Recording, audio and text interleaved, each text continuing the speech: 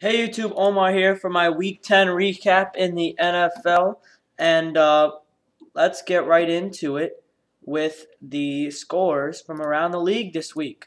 So we start with the Thursday night game. The Colts handled business against the Jaguars, 27-10. We go to Sunday.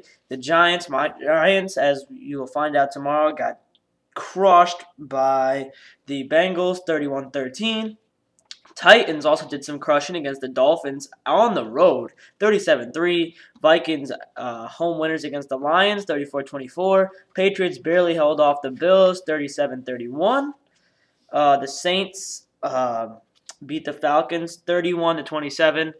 Buccaneers beat the Chargers, 34-24. Denver Broncos beat the Carolina Panthers, 36-14. Ravens crushed the Raiders, 55-20. Seahawks beat the Jets 28-7. Cowboys over the Eagles 38-23. Rams and Niners tie at 24. Did not hear that wrong. Texans beat the Bears 13-6, and the Steelers beat the Chiefs 16-13. So let's just give a little quick note about each game. Remember, I don't watch all the games most weekends, so it's kind of, some of these games are kind of a rough estimate. But I do know a good thing about most of the games. Anyway, Colts and Jaguars. This is basically, if you can believe it, the worst team from last season beating a team that they should beat. At this point, they're a playoff contending team. Right now, they just finished with this. They have a 6-3 record right now. Came into the game 5-3 against the Jaguars, a game they needed to win on the road, and they got the job done. Giants did not show up, and their November woes continue against the Bengals 31-13, but you will find out more about that tomorrow. Titans, Jake Locker did not play that well, only 9 completions, but something about him turning them on. 37-3. Vikings and Lions, what can you say? Two superstars a couple years back really played well. Peterson for Minnesota and Calvin Johnson for Detroit, but Minnesota outduels Detroit. Patriots and Bills.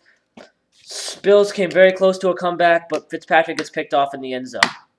Saints and Falcons. Falcons finally go down. The beast of the NFL. I knew this could be a tough one. Basically, the Saints' Super Bowl game so far, their most important game against the undefeated Falcons at home in the Mercedes-Benz Superdome, and they got the job done. Bucks over the Chargers. Nothing much to say except Phillip Rivers and Norv Turner both deserve to be fired. Broncos and Panthers. Again, another team taking care of business when they needed to. Ravens and Raiders. How about the offense from the Ravens? Impressive. However, doesn't mean much when you're playing against the Oakland Raiders. Seahawks and Jets. Just more proof that the Jets' offense and their whole entire team sucks. Jets' worst starts in 2007, and they're not going anywhere this year. Mark Sanchez also along with Jake Locker in the 9 completion club last week. Cowboys and Eagles, some jobs on the line, some bragging rights on the line, and the Cowboys got the job done on the road in Philly. What's next for these Eagles at 3-6? Rams and 49ers. We'll get back to this game later, but yeah, just neither team could get a point in the overtime period, and that led to a tie at 24. Texans and Bears. It was a rainy game in Chicago, and the Texans somehow prevail. I give them major ups for that to win on the road, even with Matt Schaub only passing for 95 yards in the game. And the Steelers and the Chiefs, of course, the Pittsburgh Steelers suffered a big loss in this game, as we'll get to later, and barely took care of business against the Chiefs, 16-13 in overtime.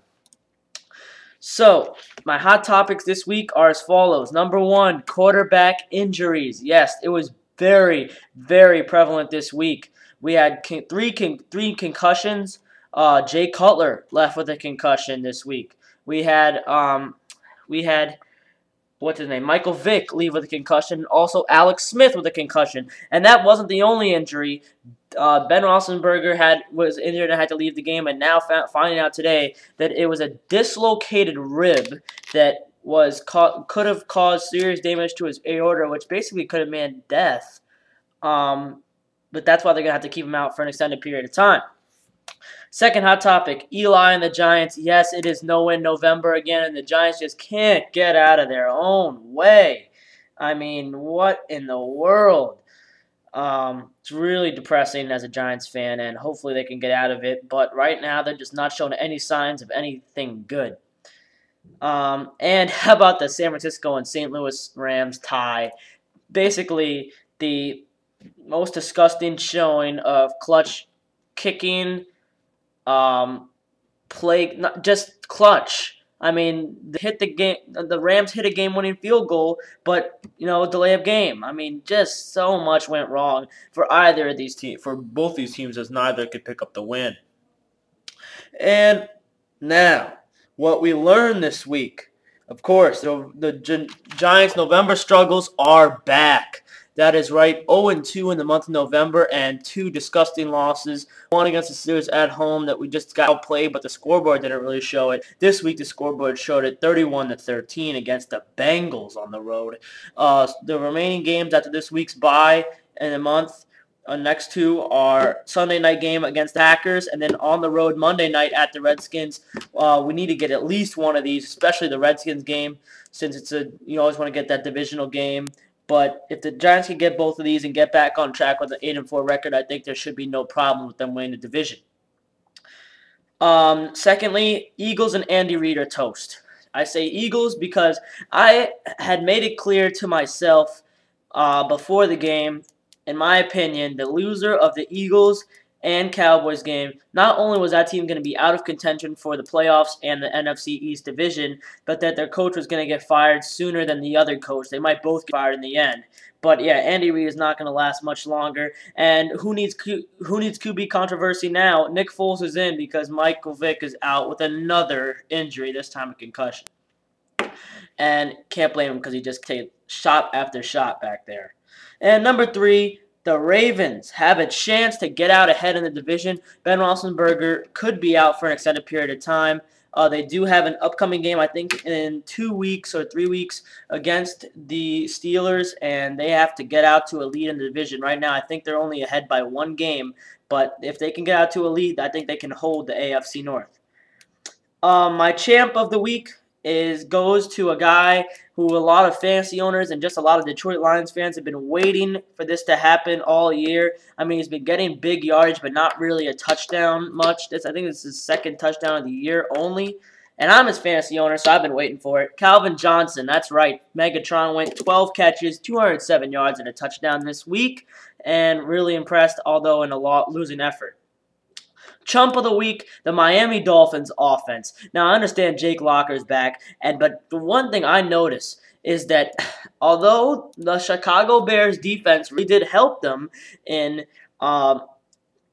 scoring over 50 points against the Titans last week, how in the world can a team give up over 50 points one week, turn around, and limit you to 3 points? They should all be ashamed of themselves in Miami.